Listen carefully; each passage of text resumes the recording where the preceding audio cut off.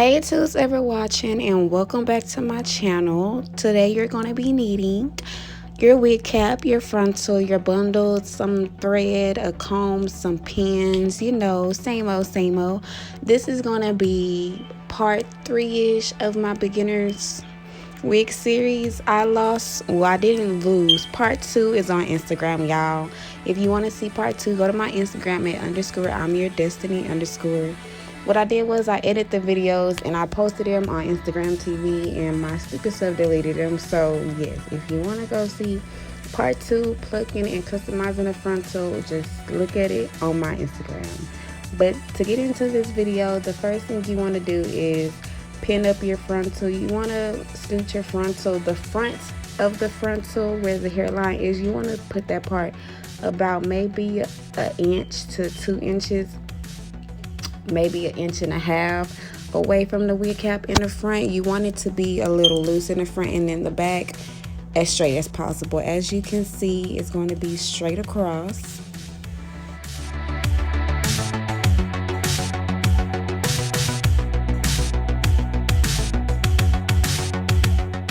What I'm doing is taking T-pins. Sometimes I use T-pins, sometimes, but when I'm making a wig, I use safety pins, and you can see further in the video, I use safety pins, but T-pins work fine for this part. You just want to make sure it's flat as possible, all the hair is out the way, so once you sew it down, it's easy and seamless.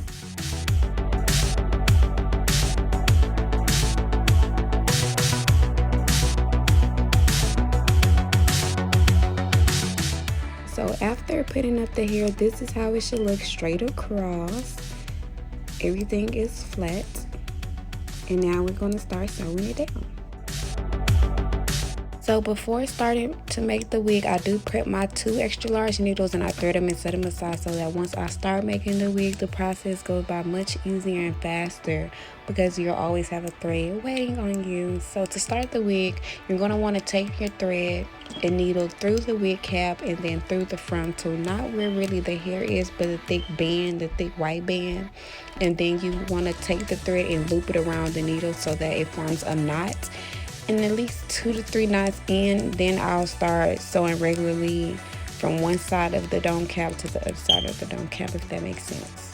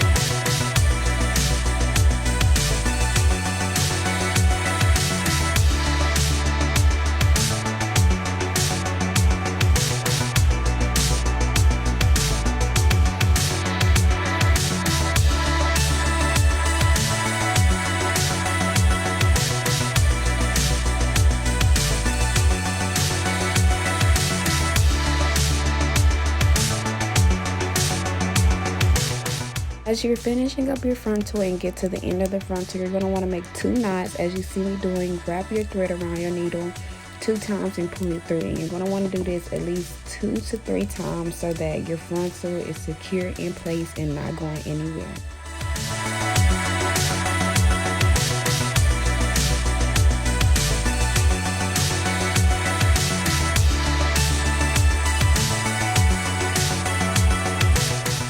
Even though I already made the 2 knots, this is just extra. You don't have to do it. I do cut the thread, and then I don't know how many times I did this, maybe 4 times.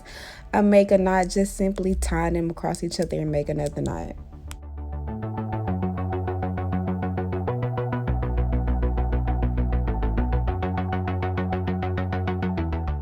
So when sewing the bundles onto the wig cap, you're going to want to do the exact same thing that you did with the front to make the knots.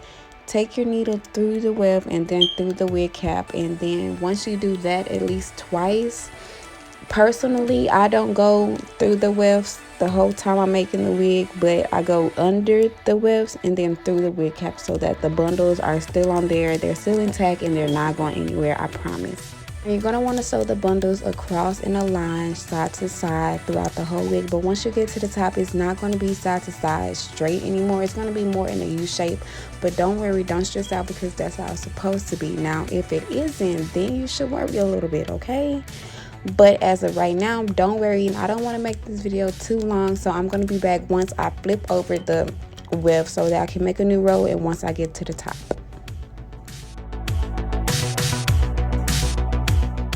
Now once you get to the end of the weft, you want to make the knot as tight as you can, and then next part is totally up to you. You can either fold the wefts over or you can cut them and sew them down that way. I personally don't like to cut the wefts because I make wigs a lot and I take them apart and make them again, take them apart, make them again, and I don't want all them little pieces everywhere. So I fold them over and make the knot, make sure it's really secure, and then I'll go from there.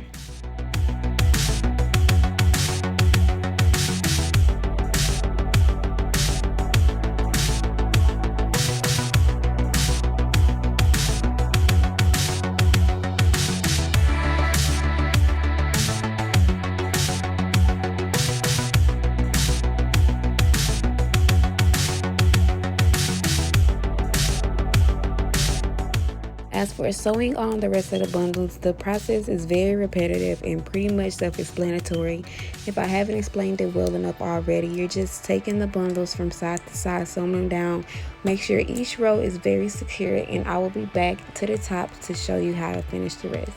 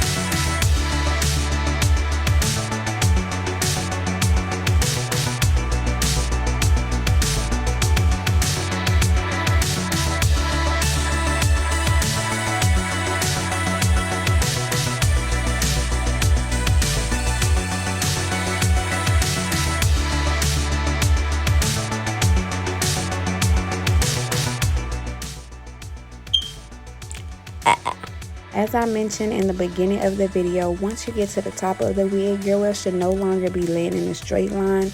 They're going to be more in a U-shaped line, and then I'm going to be showing you guys the little knot that I'm forming at the beginning and how close the thread is when I'm sewing the wefts together.